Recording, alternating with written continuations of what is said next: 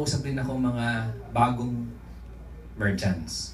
Some of them are asking me, paano kung walang technology? Hindi kailangan ba namin meron kaming card reader or device para mabasa namin yung card ng Paybacks? Matagal na rin ho ito, and uulitin ko lang na explain or probably present without the aid of the presentation material. Narinig nyo na ho ba yung Paybacks Rewards card? It's a disposable card. Kumbaga parang scratch card siya na pag bumibili kayo ng load ng prepaid, ni-scratch nyo, tapos tinatapon nyo, matapos nyo ipasok yung code, di ba, para mag-reload. May ganun kaming card na ang function nun is para sa rewards. Instead of pinapasok nyo, ini-input nyo yung code, ini-scan nyo lang siya gamit yung Paybacks app. Kasi yung Paybacks app, can someone help me lang if someone can show yung smartphone niya, mag-login kayo ngayon, tapos you select QR scan or scanner kung mapapakita ko lang dito sa stage, no. Once na i-activate nyo yung QR scanner at yung card na yun ibinigay sa inyo ng merchant, pag in-scan nyo yun, magkakaroon kayo ng instant rewards, whether that's Hexel or Turbo, papasok po yun. Bakit ko sinasabi yun sa inyo? Kasi kung meron kayong tindahan, whether nagbebenta kayo ng Banana Q, Kamote Q, or Turon, pwede kayong magkaroon ng rewards program. Let me discuss this further. Nakakatawa, di ba? Pag sinabi kong Banana Q, Turon stand, di ba? Bakit? Anong tingin natin? Maliit lang yan. Small time na small time, di ba? Paano siya pwede pumasok sa Paybacks Rewards Program na andito malalaking merchant? For example, meron kayong tindahan sa kanto na yun, every afternoon nagpe-prepare kayo ng turon, maruya, banana Q, kamote Q, dagdag natin ng konti. Pero para medyo social ng konti, ang pangalan ng tindahan nyo is Going Bananas. At para lalong mas maging nakaka-attract sa tao, gumamit pa kayo ng mascot, si B1 at saka si B2. And lahat ng product na binibenta nyo, lahat puro banana. Meron kayong banana shake. So, nagbebenta kayo ng turon. Meron kayong loyalty program. Nakita na ba kayo nagbebenta ng turon na may loyalty program? Nakailang balikan sa akin ng turon, ito loyalty ko sa iyo. Nakita na ba kayo nun? Wala, di ba? Isipin nyo, yung rewards card na yun, bibenta ho namin yun sa mga merchants. Kasi if you want a loyalty platform, magkano kaya gagastusin mo para magkaroon ka ng loyalty platform? Masyadong expensive. Kasi kailangan may POS system ka. Kung katulad ka ng Starbucks na merong Starbucks card, imagine yung investment doon. May system na tumatakbo sa likod, merong POS, ang dami pa. At saka buti sana kung papansinin ka ng tao, kung ikaw lang ang branch. Hindi nila nalagay yung card mo sa wallet nila. Naintindihan nyo, di ba? Sino lang yung mga loyalty card na nakakapasok sa wallet natin? Yung maraming branch. At yung highly, prevalent or largely accepted like SMAC. Ano yung SMAC? Hindi yung SMAC na ano SM Advantage card. Alam na alam nyo. Laking National at kung ano-ano pa. Kalaban ba ng Paybacks yun? Well, right now, I don't want to compare it kasi parang ang hirap i-compare ng Apple sa Orange. Alam niyo naman, di ba? Although pareho tayong rewards, pero hindi nila ginagawa yung ginagawa natin na community rewards or multi-level rewards or whatever you wanna call it. I wanna call it cooperative rewards, I wanna call it community rewards, multi-level rewards, whatever it is, doon tayo nagkahawig sa rewards lang, sa dulo lang. Pero sa unahan at sa gitna, hindi. Now, yung ordinaryong nagbebenta ng turon, babalikan ko yung turon, nag-create siya ng stamp card. Alam niyo yung stamp card, di ba, sa mga car wash? Pag bumalik ka, may stamp ka. Halimbawa, binili niya yung Paybacks Rewards card that for purposes lang ng discussion natin for 50 pesos. Bibenta lang namin. Hindi niya kayang bumili ng marami, bumili lang siya ng 10. So, 50 times 10, 500 pesos. Yun lang ang kanyang outlay para sa isang rewards program. Pagkatapos, in-advertise niya sa community, dahil alam niyang marami nakikita siyang gumagamit ng Payback, sasabihin niya, This is a Paybacks accredited store going bananas. And so, nilagyan niya na, sinabitan niya ng karatula ng Paybacks rewarded o Paybacks rewards here, something like that. And gumawa siya ng sarili niyang policy. Sabi niya, pag napuno mo yung stamp card na yan, yung 5 stamp, pag nakalima ka, bibigyan kita nung sinsalit na libreng turon, bibigyan kita ng card. Dahil Paybacks user ka. Ano gagawin ng Paybacks user? Kukunin yung card, dahil nakalimang beses siyang naka-receive ng stamp, in-scratch yung card, i-scan yung card, or kung wala siyang scanner, pwede ring text. Alright? At dahil ginamit niya yung account niya, naka-receive siya ngayon ng instant rewards. At nag-earn siya. At hindi lang yan. Siya yung loyal customer. Yung linker at yung 10 linkers pataas, naka-receive din ng reward dahil lang sa loyal na pagbili ng turon at banana Q. I'm describing you a very simple idea. Which means, kahit sinong merchant sa future, pwedeng sumali sa programa nang hindi namin binibigyan ng device. Marami po kaming plano. One is the device, the reader. The other one is the use of the cards na ini-scan lang ng mga user. And that is just one. And makakatulong po yan sa generous payback. Now, na-discuss na rin sa inyo yung payback linker reward, which is yung isang tao na nag-enjoy ng generous payback, 10 tao sa taas niya, by generation of linkers, mag-i-enjoy din ng reward. So kung kumita ng 30, yung tao, mayroon siyang kikita na 3 bucks. Alam niyo yung 3, pinakita sa inyo, kung yun ay tatakbo sa leverage structure, napakalaking kitaan. Diba? That's why pinaliwanag din ni Basil kanina yung 6,000 pwede maging 200,000. Of course, you have the linker group rewards. And for Turbo, ang dami namin mayroon akong dinagdag dito yung Global Pool Rewards Sharing or GPRS. The rest of it, matagal yun ang alam. But last August 21, tumakbo yung Turbo Linker Group Rewards. Meron na ho ba sa inyo naka-receive ng 40 na Turbo Link? Gusto ko lang makita, meron na ba kayo? See? Meron na kayong na-receive. Ibig sabihin, pag may nag-upgrade to Mentor or Icon, you will get this. And this is in real time. Real time po ito. Pag merong nag-upgrade, automatically nag-compute yung system. Up to 10 levels deep. Pataas. Pagkatapos, instead of yung pera pumapasok sa PHP balance, diretso na siyang pumapasok sa box. Na-notice niyo? So wala na yung 10% withholding tax. Alam niyo kung bakit nagko-correct kami ngayon? Rewards yung binibigay namin sa inyo eh. Although, in essence, it could be your income. By and large, it's a rebate system na binibigay namin pabalik sa customer. Pero din yan eh, na ibinayad ng customer. Binabalik lang namin, binabalik lang ng mga merchants na kapartner namin. Pero yung sistema ng pagbabalik doon namin, di ba? Hindi namin ginawang one-to-one. Binasin namin sa community, binasin namin sa size ng network nyo. Kaya yung iba, ang tingin dito, opportunity.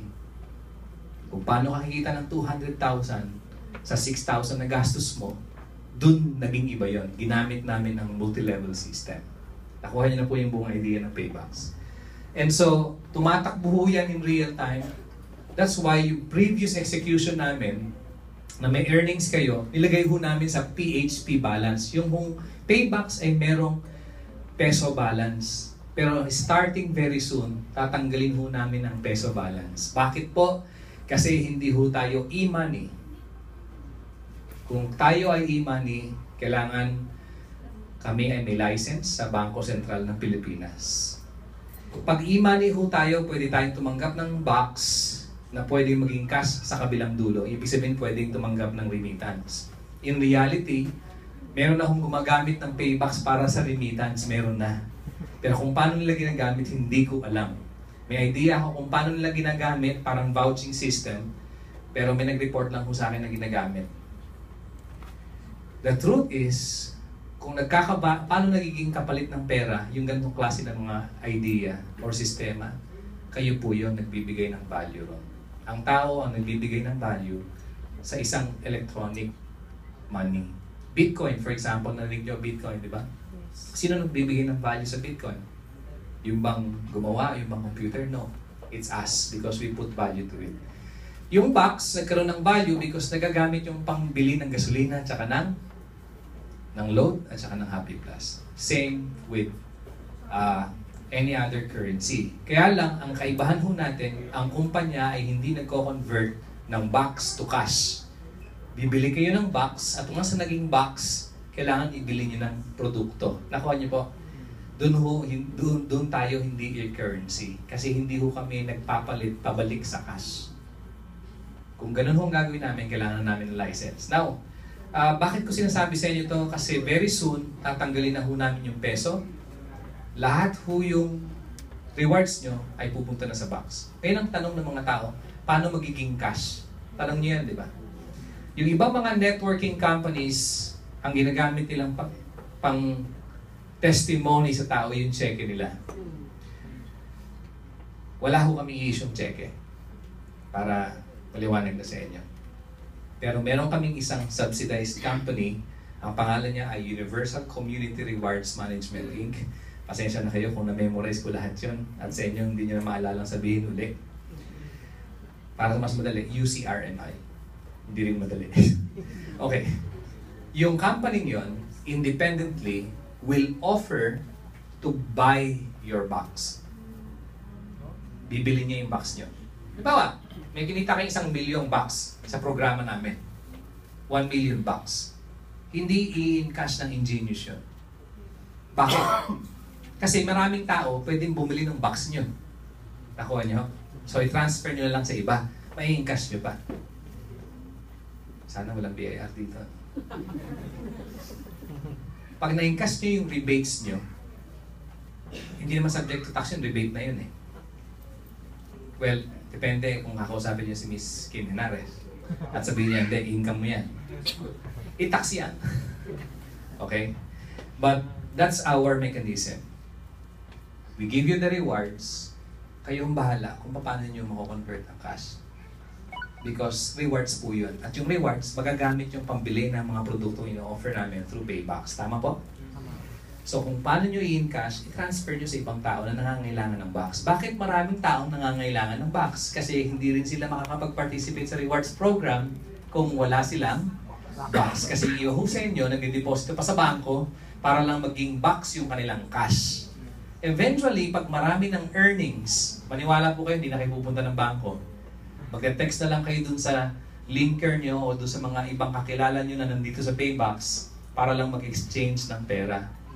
At tayo lahat ngayon, nasa 20th century na eh. Hindi na uso ngayon yung pupunta ka pa sa bangko, fill up ka ng form. Di ba? Marami na ho ngayong mobile banking. Do you agree? Yes. Yung iba sa inyo, nagtatransact sa bangko sa cellphone nila. Yun na yung ginagawa, hindi na pupunta sa bangko. In fact, yung iba doon mura pa eh. Sample lang ko kayo.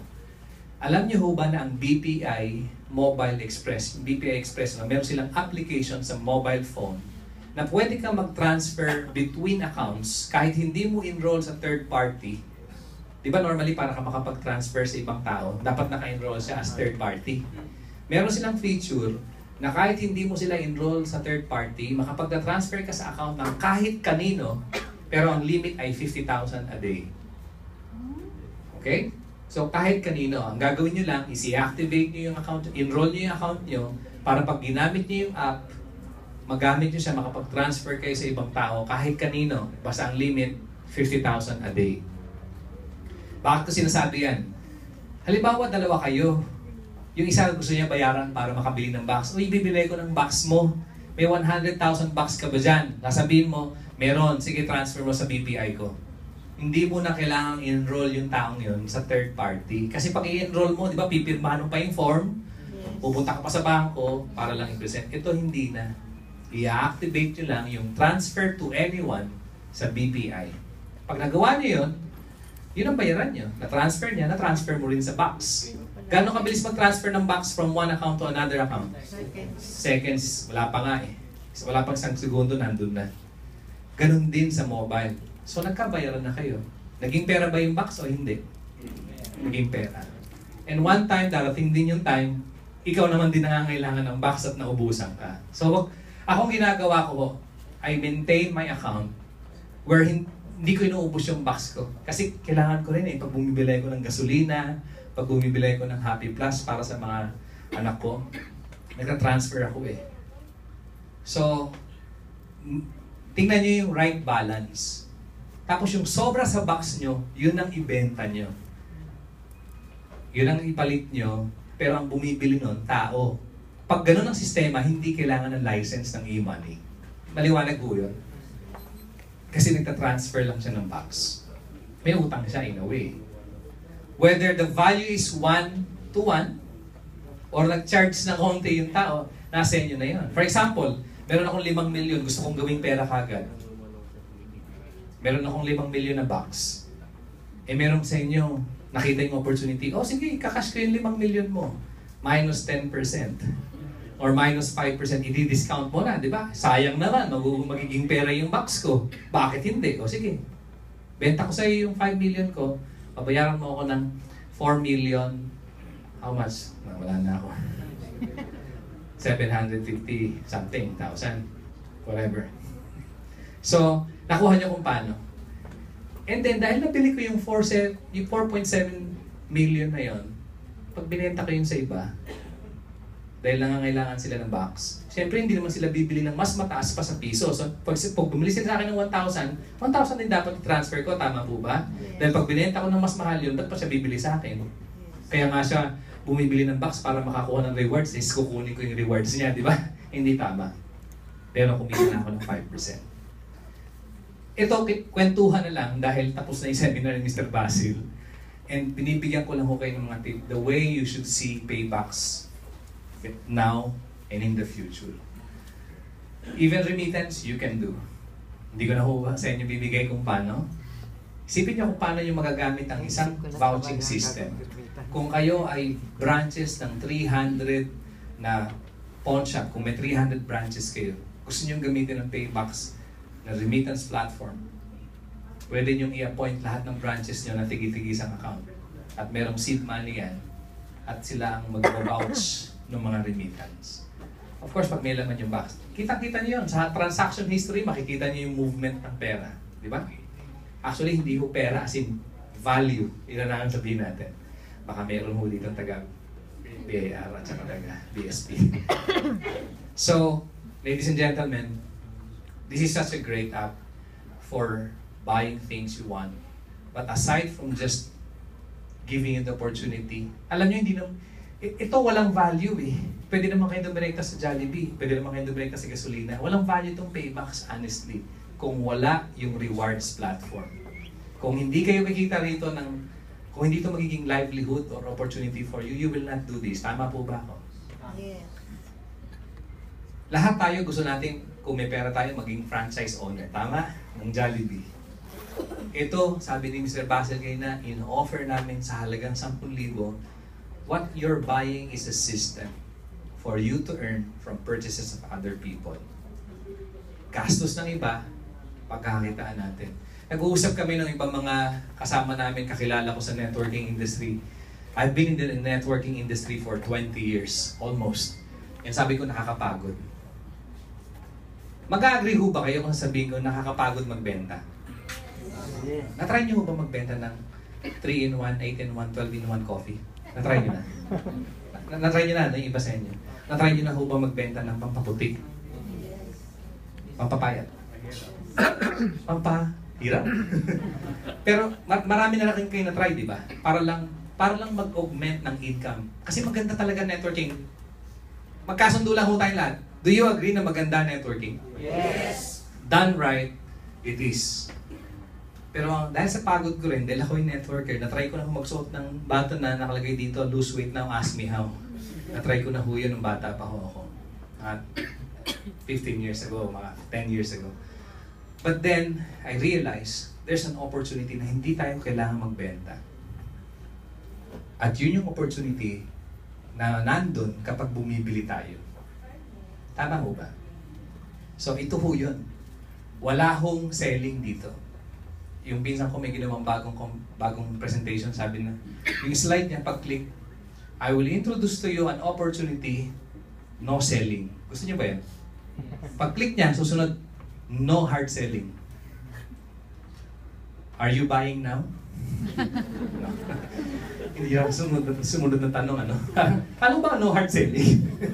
So, hindi mahirap gawin kasi hindi natin kinukumbinsi yung tao. Wala tayong ini-explain na science, hindi tayo nagde-demo, hindi nyo kailangang hilahin yung kamay ko para lang hindi ako matumba, para lang maniwala sa produkto nyo. Yung mga ganong klase. Hindi ho yan.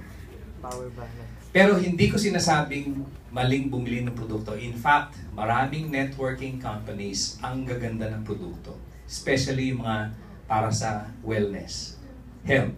Wala akong makitang ibang product, lalo na yung mga patented ang kanilang produkto. Hindi mo makikita sa iba. Ang gaganda ng product na yan. Pero kung kape lang ho, na merong iba't ibang laman, marami ho niyan sa market ngayon. Marami na silang inihalo dyan. Meron na ngayong collagen coffee, may malunggay coffee. Hindi ko alam kung ano pang ilalagay nila sa kape one time, one day. But coffee itself is a good product. Antioxidant, etc. But this one, you don't have to sell. Simple lang sabihin mo sa tao, do you want double points? Do you want higher rebates? Then use this. And aside from that, you will learn from other who would like that kind of deal. At yun po yung paybacks. Now, couple of things. So, we will soon implement the no withholding tax. Wala ho kaming withholding tax because this is no longer to be earning. If you notice, nagsimula na hong pumasok lahat ng earning nyo sa box. Direkta na. So, wala ng 10%. Ang isang good nyo sa mga member na namin, yung na-deduct na sa inyo, nung nag-convert kayo, di ba, from peso to box, i-roll back ko namin. Ayokong gamitin yung salitang refund. Wala kasi kaming i-refund dito. I-roll back namin yung nabawas na. Okay? Kasi hindi pa kami nag-report sa BIR. Alam nyo kung bakit maingat kami? Simple lang ho.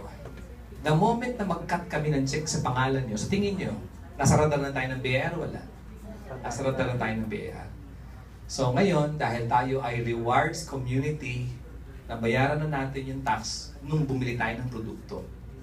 Binalik lang po namin sa inyo yung rebate. Tama po ba? Yes. Pero ang kaibahan sa paraan ng pagbabalik ng rebate, gumamit kami ng multi-level or community rewards program.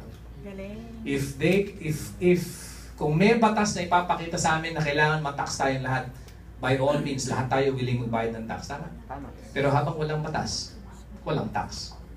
Yun. Tama? Pero malupit ho ang batas ng tax, tandaan niyo. Sana one day, hanggang ngayon, simula ngayon, hanggang wala pa, di mag-enjoy tayo, di ba? Yippee! Ganun lang naman yan eh. Wala tayong 10%, i-rollback po namin sa inyo.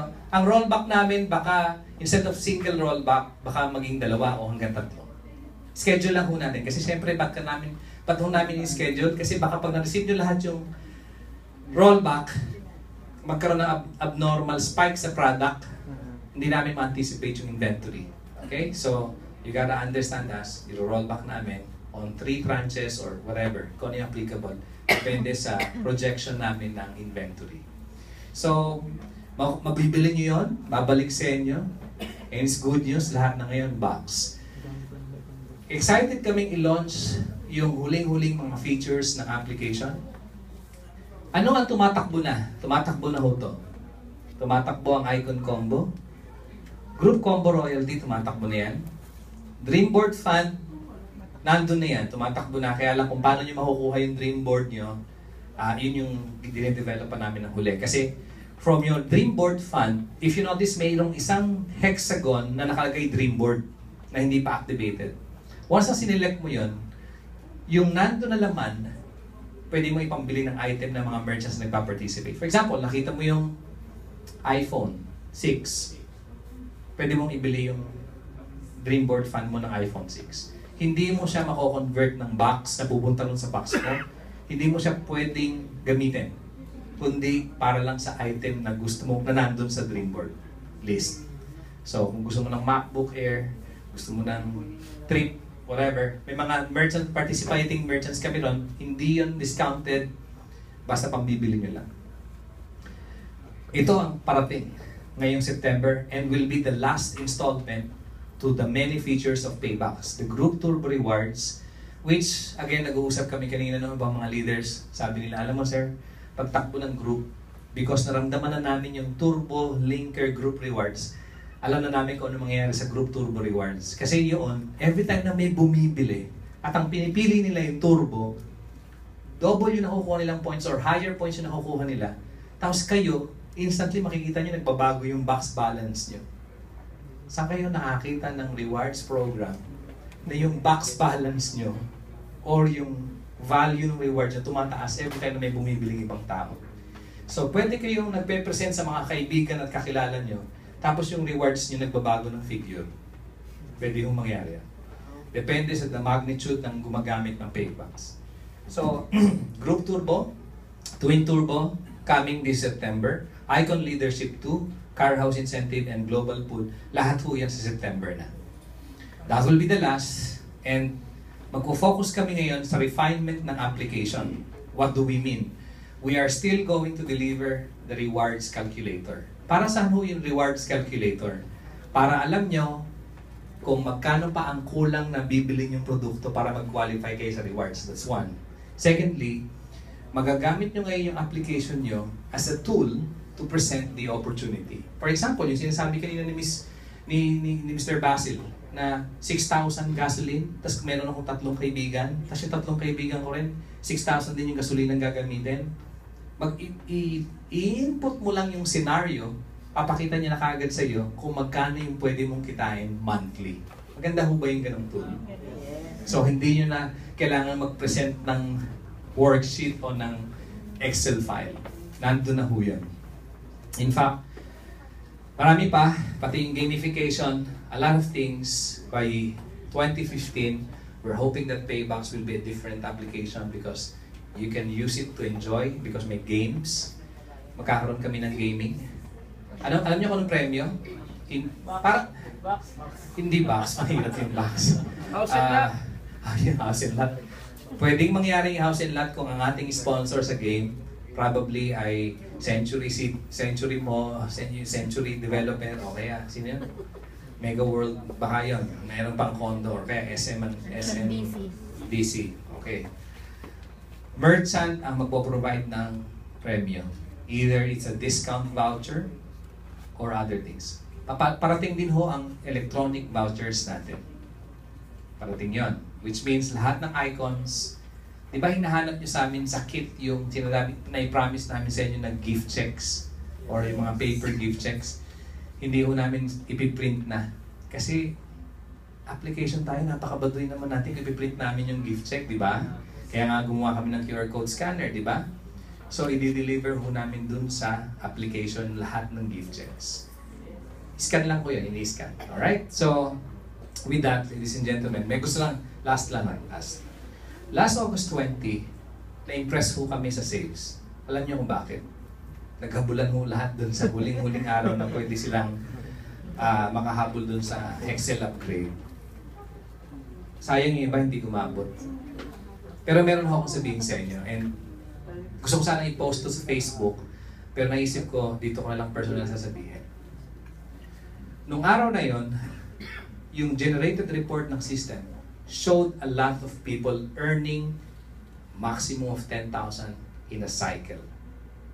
Or yung iba sa inyo kumita ng 15,000. That day, isang araw lang, may mga kumita ng ganong kalalaki. Tinanong ko sarili ko, ano kayo kaibahan ng araw na to doon sa mga nagdaan? Obviously, alam ko, naghahabol sila doon sa huling-huling klase ng icon na mag-enjoy lang ng Excel. But look at how people think about value. Naghahabol sila, napasign up sila sa isang bagay na even gagawin pa lang din nila in the future. Hindi naman sila naghabol sa something na nakuha naman kagad nila immediately. Humabol sila sa isang bagay na gagawin pa rin nila at sila rin ang gagawa para makuha nila. Pero lumabas ang pera. Minsan, yung fear of loss is really 10 times greater than a promise of gain. Di ba? Yung mawawalan ka, mas nakakatakot kaysa dun sa magkakaroon ka. And that I can't really understand. Pero ito lang po yung gusto kong sabihin. Marami sa atin, gusto baguhin ang buhay, gusto malaki ang income. Pero ang sabi ko lang, if August 20 was different sa ibang araw, paano hindi fair yun sa buhay? In fact, tingin ko it's just a perception.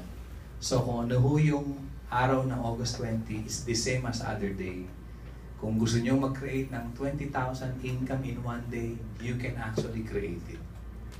You just have to find your reason of doing it.